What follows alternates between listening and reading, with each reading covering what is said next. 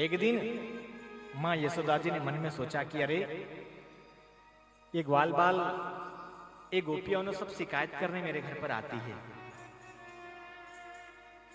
और मेरे लाला को बदनाम करती है कि ये लाला चोरी करता है।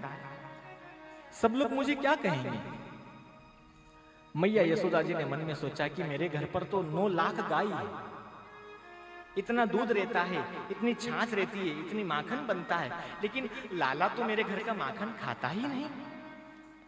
आज यशोदा जी ने मन में विचार करा, मेरे लाला के लिए आज मैं स्वयं माखन बनाऊंगी। आज यशोदा जी सभी दास दासियों को घर भगा देती है।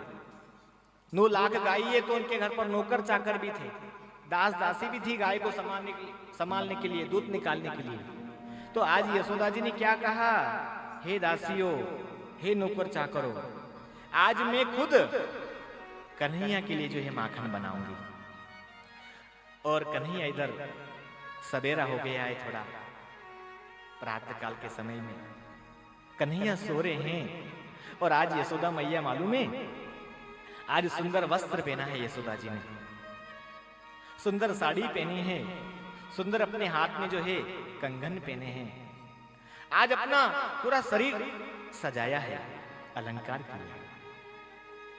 और आज यशोदा मैया ने भगवान के लिए माखन मंथन किया और हाथ में रस्सी ले ली और जो है मथानी से जो है आज माखन का मंथन कर रही है यशोदा जी अपने हाथों के द्वारा।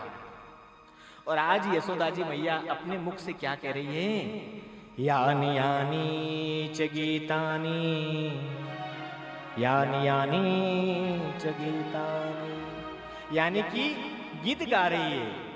किसके? कृष्ण के लिए। आज यशोदा मैया ने जो अपने ऊपर जो वस्त्र पहने हैं वो किसके लिए पहना है? कृष्ण के लिए। आज रस्सी हाथ में पकड़ी है और मंथन कर रही है, वो किसके लिए? कृष्ण के लिए। और गा रही है कृष्ण के लिए। भागवत कथा कहती है, शास्त्र कथा कहती है, भगवान को प्रसन्न करने के लिए 3 कर्म से भगवान के गीत गा। कितने कर्म से? 3। अपना ये जो शरीर है ये किसने दिया? भगवान ने दिया। ये शरीर यदि तुम सजाओ तो किसके लिए सजाओ? आप यदि कथा में आए हो और आपने सुंदर साड़ी पहनी है तो किसके लिए पहनी है आपने? बोलो तो सही थोड़ा। किसके लिए पहनी है? कृष्ण के लिए पहनी है। उसी प्रकार से आप कृष्ण के लिए सज रहे हो, कृष्ण के लिए आप अलंकार कर रहे हो तो कोई गलत नहीं है।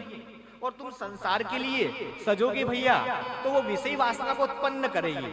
और तुम परमात्मा के लिए सजोगे भैया, परमात्मा की कथा में बैठोगे भैया तो वो भक्ति उत्पन्न करेगी। तो शरीर हो गया हमारा एक कर्म, ठीक है।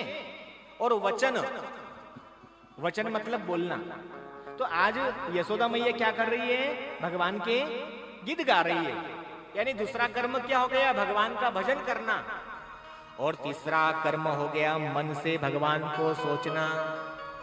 शरीर सजाया है कृष्ण के लिए, गीत गा रही है यशोदा कृष्ण के लिए, मन से सोच रही है माखन बनाना है किसके लिए? कृष्ण के लिए। और जैसे माँ यशोदा माखन मथ रही थी तो भैया नृत्य भी होने लग गया। बोलो बाल कृष्ण लाल की। भगवान कहते हैं कि जो भागवत कथा में भजन होते उसमें जो नृत्य करता है तो भगवान कृष्ण प्रसन्न होते हैं। तो आज यशोदा मैया दोनों रस्सी को ऐसे करती है तो भैया शरीर भी क्या कर रहा है? नृत्य कर रहा है। भगवान और प्रसन्न हो गए भैया, पूरा शरीर मन से तन से वचन से माखन बना रही है। उसी समय भगवान कृष्ण यशोदा के पास में आ गए और आज माखन जो है खाने लगे। रोज यशोदा मैया कृष्ण को जगाने जाते हैं, लाला प्रातःकाल हो गया, उठ गए। लेकिन आज यशोदा नहीं गई, आज तो भगवान खुद यशोदा के पास में आ गए और माखन जो है भगवान खाने लगे। देखो बंधुओं, तुम भी अपने घर पर भगवान ने भोजनशाला बनाई है। तुम्हारे घर पर किसी के घर पर जो है किचन भी बनाते सब, किचन का क्या अर्थ है? जहां पर किच किच, जहां पर किच किच चले उसे कई केवे, उसको क्या कहते हैं? किचन बोलते हैं। और जहां भैया रस बरसता, भक्ति का रस, प्रेम का रस, उसे क्या बोलते हैं? रसोई घर। और देखो माता बहनों को तो बहुत ध्यान रखना पड़ेगा इस बात का। घर में आप लोग भोजन बनाते हो ना, तो घूंघट प्रथा होना चाहिए, क्योंकि भोजनशाला किसकी है? माँ अन्नपूर्णा की। अन्नपूर्णे सदा पूर्णे शंकर प्राण वल्लभे। ये अन्नपूर्णा जो है ये माता की है, और सब कुछ हमें किससे मिला है? माँ से तो मिला है।